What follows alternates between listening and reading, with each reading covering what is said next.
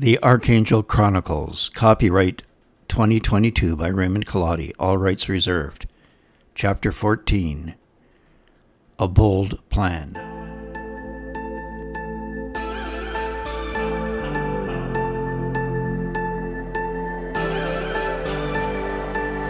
You say you're fine, but I can see right through. You're holding your secrets for way too long. This can't keep going on. With every lie, they keep on hurting you, getting away with everything they do. This can't keep going on, no. We're gonna find them, and I'm gonna fight for you. They better start hiding. We'll be running with the lions, lions. We'll be running with the lions, lions. Axia now stood before the assembly in her armored, terrible beauty. My mind went back to what Sophia had told me after the great race and the rise of the Red Phoenix. We were sitting on her balcony, enjoying the clear morning air. "The Queen, I think, is a dangerous woman," she said. "What, my lady? Do I detect a note of jealousy in that observation?" I chuckled. "No, Adam, anyone from nowhere," she smiled, her eyes twinkling. "You missed my meaning and my intent. What I mean is that she is like Artemis, whom you Romans call Diana. When I think of her, I think of an Orphic hymn to Artemis, and it goes like this.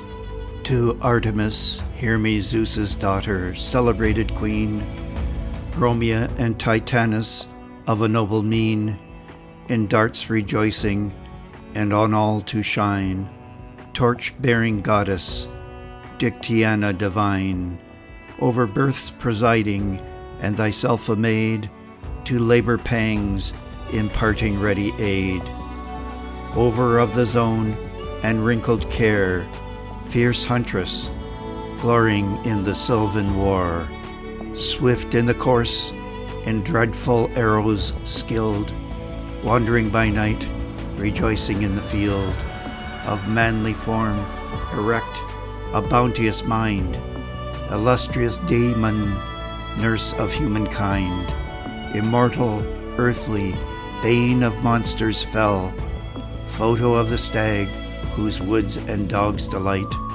In endless youth you flourish fair and bright. O universal queen, august divine, of various forms, Kindonian power is thine. Dread guardian goddess, with benign mind, auspicious one to mystic rites inclined. Give earth a store of beauteous fruits to bear. Send gentle peace and health with lovely hair, and to the mountains drive disease and care. After reciting this, Sophia came over to me and caressed my cheek, and she continued, "I think, Adam, anyone from nowhere, that she is a rock on which many a manly ship would founder." And she sighed. I remembered these words vividly as Axia stood. There she was, a force of nature, no doubt about it. "Friends and allies gathered here," Axia began, "to Theron's tale I will add the voice of my people. Long have they suffered under the lash of the usurper Artaxes. May his name be cursed among the gods," she spat. "May the goddess of heat, Tabete, the flaming one, consume him in a never-ending fire. Artaxes is under the thrall of the Parthians. I swear to all present here, as my witnesses, I swear to Tabete, to Api, earth and water mother, and to Papios, the sky father, and on my father's bones, that I will go back to my lands, raise an army, and overthrow that usurper, defeat the Parthians, and I will open the trade routes through our lands." Axia looked to Honorius and the other senators there assembled. "You say, conscript father, that your princeps is our friend. Will you aid us? Will you give us the means to convey us back to our lands?" Honorius stood and faced Axia. Vasilisa, we will do what we can, but the way is not easy. Your lands are far distant. But there may be a way. We must consider how to get you there. So before you speak further, I would ask you to indulge me so that we can lay our plans before you. Honorius now turned to Sophia and Rufus and the other scholars assembled. Learned scribes and scholars, Alexandria has been the center of learning and knowledge in this world since it was founded by the great Alexander himself 300 years ago. What say you? This library has vast amounts of texts and maps. What may be known to us now of the Silk Roads of the old? What is known of the sea routes to the great cities in the Indies that I myself have traveled? Sophia arose and took the floor. Abu followed her, bearing an armful of scrolls, which he passed to her as carefully in a choreographed sequence as she spoke, reading first from one and then another. Gather friends around this table so that you may see the maps we have assembled from the library's collection. We were now all standing around that large map where Alexandria, not Rome, seemed to be the center of the earth. Sophia, holding a rod as a pointer in one hand and carefully consulting texts and notes in her other hand, pointed to the map. She indicated the Red Sea, the port of Erisone at the very northern tip of that sea, adjacent to the Sinai Peninsula.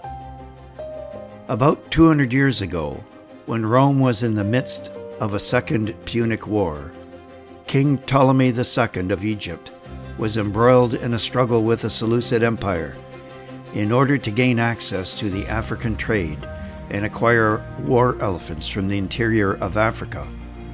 Ptolemy ordered the construction of harbors and shipyards on the Erythraean Sea, or as the Romans call it, Mare Rubrum. She continued, and so it was that Erisone, at the very northern tip of that sea, was built, along with two more southerly ports, Myos Hormos and Bernice. The king dispatched sailors and mercenaries along the African coast. They established hunting posts in Ethiopia. Captured elephants were transported back by ship to Bernice and then offloaded and moved overland to the Nile, where they were boarded onto barges and were shipped downriver to Alexandria. Over time, she continued, there was less need for the elephants, but the ports remained in place and began receiving shipping and trade goods from further east. About 100 years ago, Ptolemy's fleet discovered a wreck of a strange merchant ship. There was one survivor, an Indian sailor. He was brought before the king and explained that he had been blown off course while sailing from his homeland in India. He knew the way and offered to guide any ship to return to his homeland. The king appointed his best admiral, Eudoxus, to command a fleet to ride the strange winds to India. And so it was that this Indian sailor revealed to us the secret of the strange winds, called the monsoons. These winds blow from the southwest in summer and northeast in winter. By riding these swift winds, King Ptolemy's ships were able to reach the empires of India in only a few weeks. These voyages were written into this book, the Periplus of Maris Ethraei. Sophia held up several scrolls, first by Eudoxus and his captain Hippalus, and then by a number of his successors. Here we have a description of the routes: ports in Egypt, Arabia Felix, the Horn of Africa, and along the coasts thereof. Sophia unrolled the other hand-drawn maps where these ports were displayed. The long voyage east made by Ptolemy's ships were at first made by following the coast of Arabia and thence to Persia. But Hippalus, following the Indian sailors' directions, found that by sailing directly across the open ocean using these winds in early August, made for a speedy voyage. Thus, by sailing down the African coast, Sophia traced the route down the maps to the Horn of Africa here, she pointed, and then setting out across the oceans here, she pointed out again, they were propelled across the sea. Thus, by timing a voyage to leave the Horn of Africa in late August, they can arrive at Indian ports in September. Then, after spending 2 months in Indian ports, they can ride the return winds in early November. The periplus thus tells us that the trip takes 70 days to travel on the open ocean, over 3,000 Roman miles. At this point, Honorius took the floor again. Alas, these routes have, over the past few decades, become less dependable, he said. We have accounts that trade ships have been taken by pirates along the coast of northern India, near where the great river Indus spills into the sea. Honorius pointed to these places. And we have this. Honorius now held up another scroll, encrusted with official-looking hard wax seals and ribbons. What I am holding here, he said, turning to look out over the entire assembly standing around the map table and pausing for dramatic effect. What I have here is a letter, another commission, from another king of kings of the Indies. I will read to you a letter written in Greek, which I brought back from my voyage to India. Honorius slowly unrolled the scroll, and holding it at arm's length between two outstretched hands, he began to read. I, Gondophares, called by some Gaspar in the tongue of the Parthians, king of Menagara, of Barbican, lord of 1,000 cities, king of kings, lord of the Sakas, lord of Taxila and all of the Indo-Parthian lands, being of the house of Suren, greet you, divine Gaius Julius Augustus Caesar, princeps of the Senate and people of Rome. I send you greetings through your loyal servant, Paulus Fabius Honorius. Alas, great princeps, it has been many years since trading ships from Egypt have ventured to our harbor at Barbican. Pirates, sheltering in the Parthian ports, have occupied it and seized all cargoes that pass. We implore your help, O great princeps. Ride the monsoons and send us a fleet of your great warships to clear our ports and rid our shores of these pirates. Open up our trade routes again. Send your trade ships laden with cargoes of Roman glass, wines, red corals, gemstones, incense, gold, and silver. We will send you ivory, turtle shell, malabathrium, ginger, pepper, cinnamon, and other spices. Our peoples will grow rich with this trade. But send me ships, clear the barbarians, and establish your posts. This is yours for the taking, and friendship with us if you choose to help. Honorius rolled up the scroll and held it up for all to see. I have been sent here by Caesar Augustus himself with this commission. Assemble a fleet of 130 ships. Sail them across the Erythraean Sea to India. Establish a post. Clear the coasts of pirates interfering with this trade. I have a question, honored conscript father, came a voice through the crowd. The crowd parted, and a merchant with a weathered face, bow-legged and squat, came forward. Honorius turned to Tyrrhenius with a quizzical look on his face. Tyrrhenius nodded to the stranger, and turning to Honorius, he said, Dominus, this is Nicanor, exitor navis of the largest of our grain ships, the Corbita Hephaestus. He is one of our best, most experienced captains. Honorius turned to Nicanor and nodded. Master Nicanor, welcome. We respect your experience in all things nautical. I am sorry, Dominus. But I must ask your indulgence, Nicanor began. But where will this fleet come from? And if the pirates are to be sought out and destroyed, how is this to be done? You speak of a voyage, not by stages, along the coastline, stopping at night and sheltering in bad weather in safe harbors, but on the high seas for many days or weeks at a time. The winds you will encounter are not gentle. The waves are high. While a fully provisioned corvette could weather this voyage, these kinds of ships cannot repel pirates, who will attack with swift galleys rowed by expert crews. Warships cannot weather the high seas. They are too long and narrow to survive a heavy sea with swells and overhanging waves. They will be unstable and break up, and their crews of rowers cannot be fed and survive such a long voyage of many weeks or months sitting at the row bench. I am as much in favor of trade as any man in this room, but how can this be done? All excellent points, Exitor Navis. The answer lies in planning. We already have the ships. You will recall some years ago that the former prefect, Gallus, was ordered by Caesar to assemble a fleet to transport his legions to the south of Arabia Felix. Gallus built a fleet, and while that adventure proved disastrous, he did manage to transport his legions there and back again. Those ships are in Arizona. They can be refitted for that trip.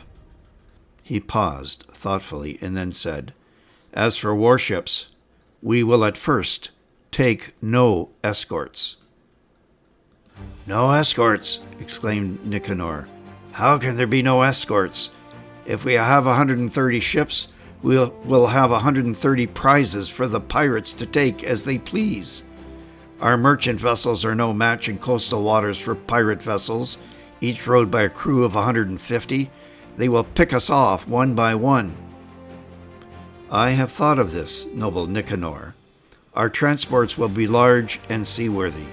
They will carry everything needed with them.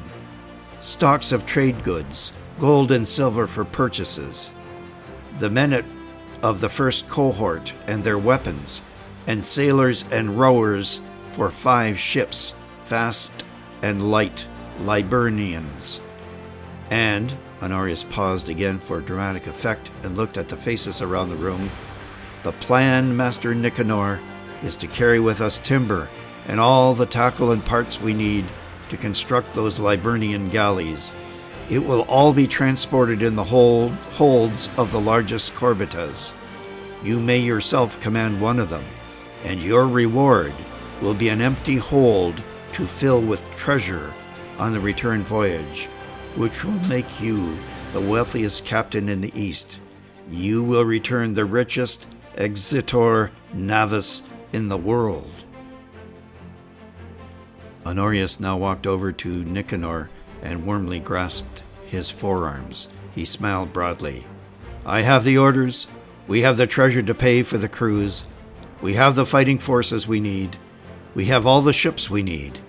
We have the knowledge to get there and back. Any one of your merchants who invests with us will see a return 100-fold greater than your investment. Master Nicanor, are you with us? Nicanor's eyes were shining brightly. He stepped back and fondled the gold ring hanging from his right ear. He nodded, and turning to the rest of the assembly, declaimed, Yes, yes, I do think it can be done. And since the Emperor himself has put his back into this, yes, count me and my crews in. Honorius now turned to the rest of the assembly. And what of the rest of you friends and adventurers? Are you with us? An enthusiastic chorus of ayes shouted from the assembly. Now Honorius turned to Axia and her 2 brothers.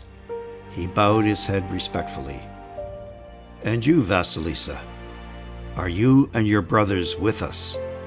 All eyes now turned to Axia. She drew herself up proudly and declaimed, We are people of the steppes, Lord Honorius. We ride the waving fields of grass on endless horizons with our horses. We peoples navigate the plains, driving our herds before us as seasons change. Our cities of wagons and tents move about with us as we please, where we please. We take from the land, and we grow our wealth on the hoof. We have no need for the like of ships to carry us to far horizons, nor do we wish to travel over heaving watery seas. Our horses will not survive such a perilous journey. We seek allies and horse warriors who will rally to our standards, rolling along well-known paths to the very doors of India, sweeping all before us in a wave of our horse archers and mounted lancers. Who will join with us if we are to go by sea? Who will listen to our stories by the campfire? Nay, sir, the sea routes are not the way for us.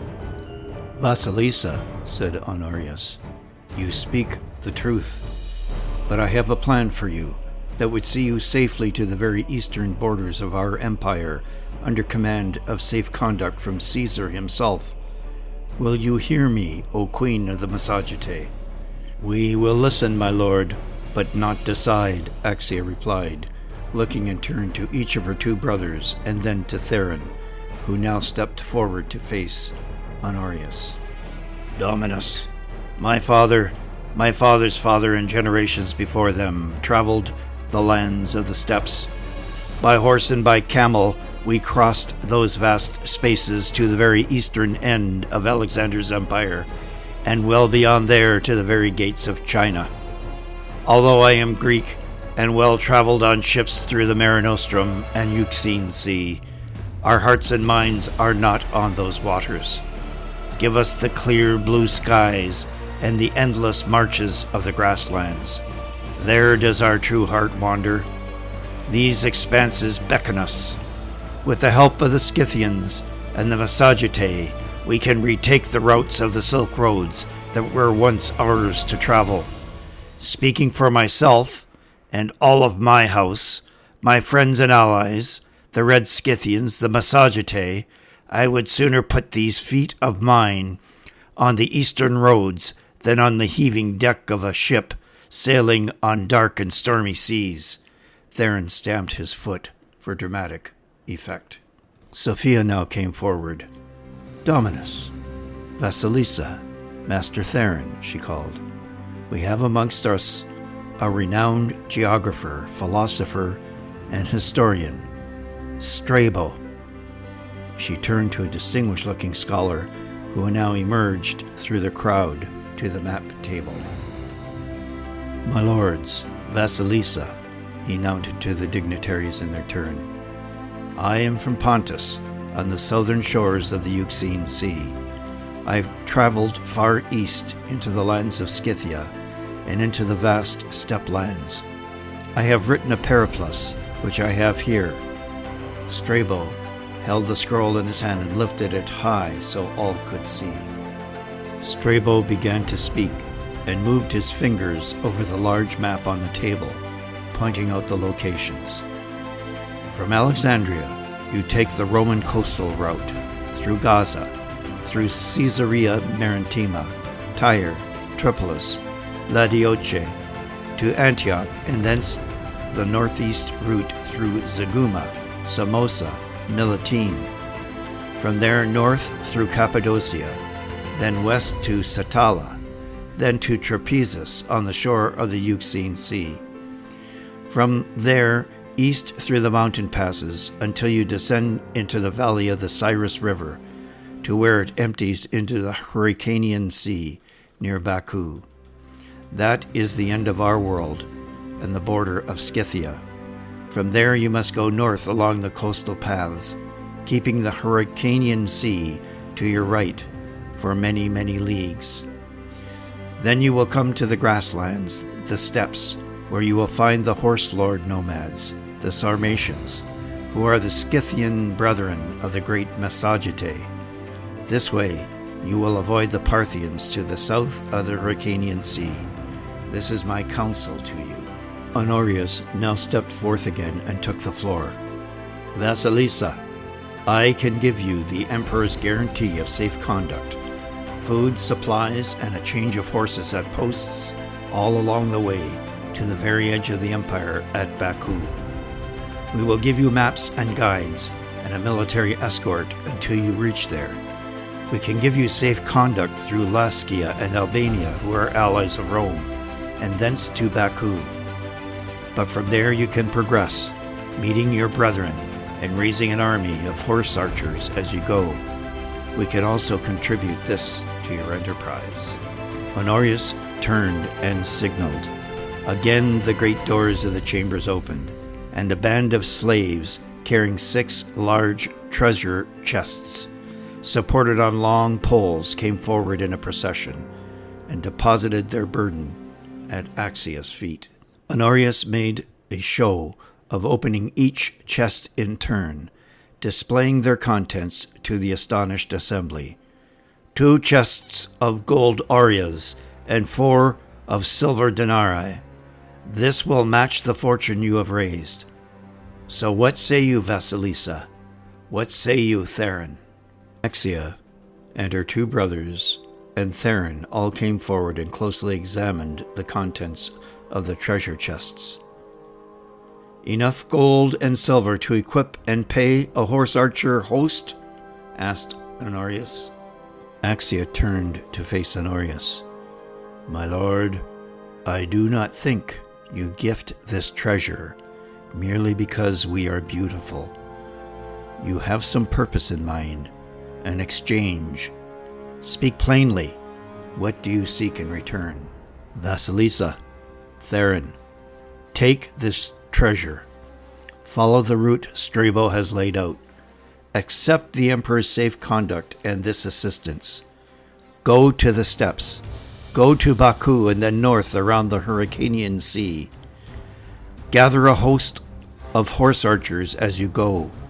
Take back the lands of your patrimony and be queen of the Massagetæ again. When you are ready, follow the Oxus River down to its source. Go over the Hindu Kush with your army into the northern reaches of India and meet us in Taxila, near the headwaters of the Indus. Aid us to put our friend and ally Gondophares on the throne of Indo-Parthia. There will be glory and treasure at the end of this long quest for you and your nation. This we ask of you as our friend and ally. What say you?" Axia was silent. She looked first to each of her 2 brothers, Protothesis and Scumaxa, and then to Theron. They each nodded. Axia turned to Honorius. "You have given us much to ponder, Lord Honorius. I will discuss this with my brothers and Theron. But there will be one other condition that must be met before we can give an answer.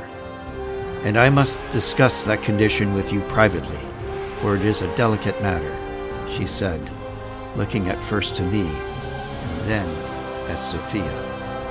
Honorius bowed his head in acknowledgement. "Of course, Vasilisa."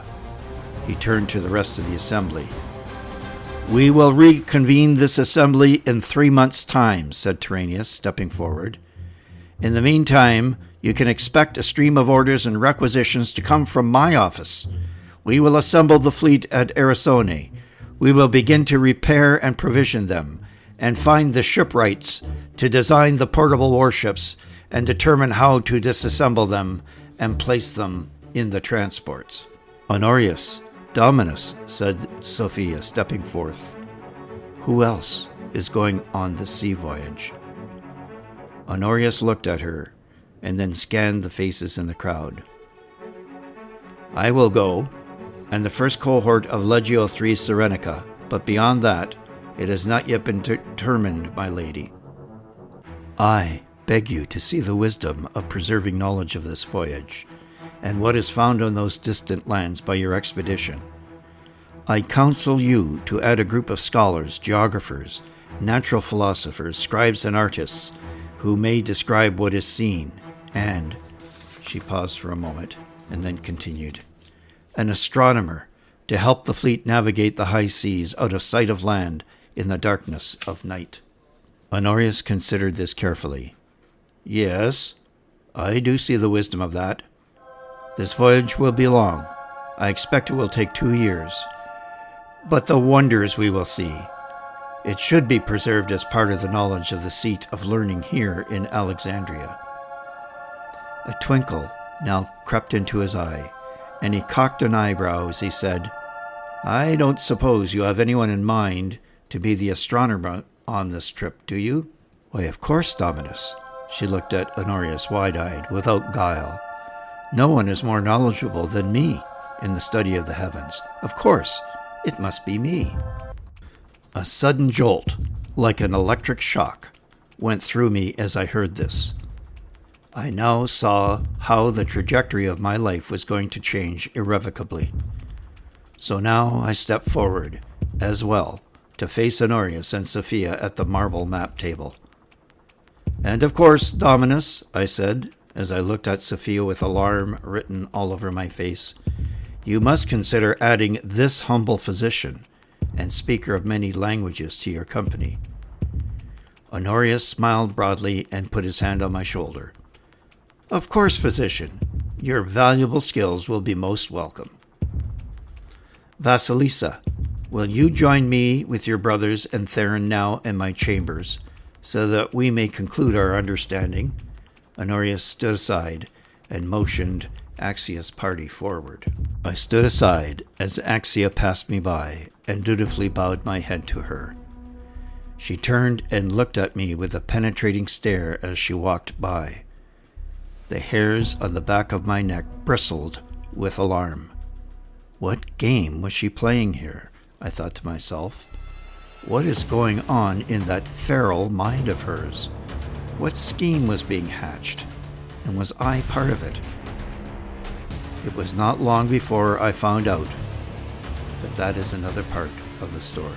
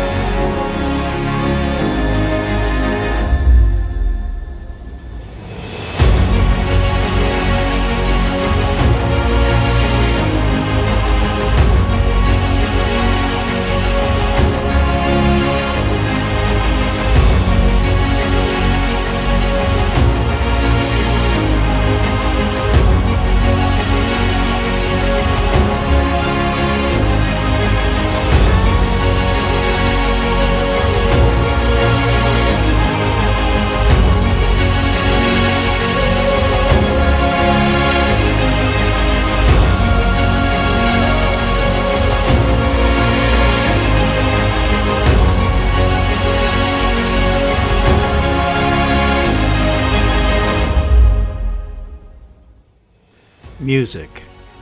Epic Sound, Running with the Lions, by Loving Caliber. Myth, by Zach Nelson. Epic Sound, Hunting in the Wild, by Sight of Wonders. Epic Sound, Among the Clouds, by Helmut Schenker.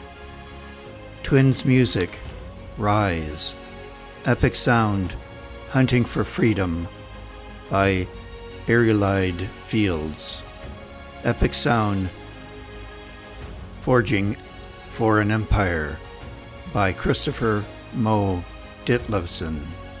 Twins Music, Army of Knights.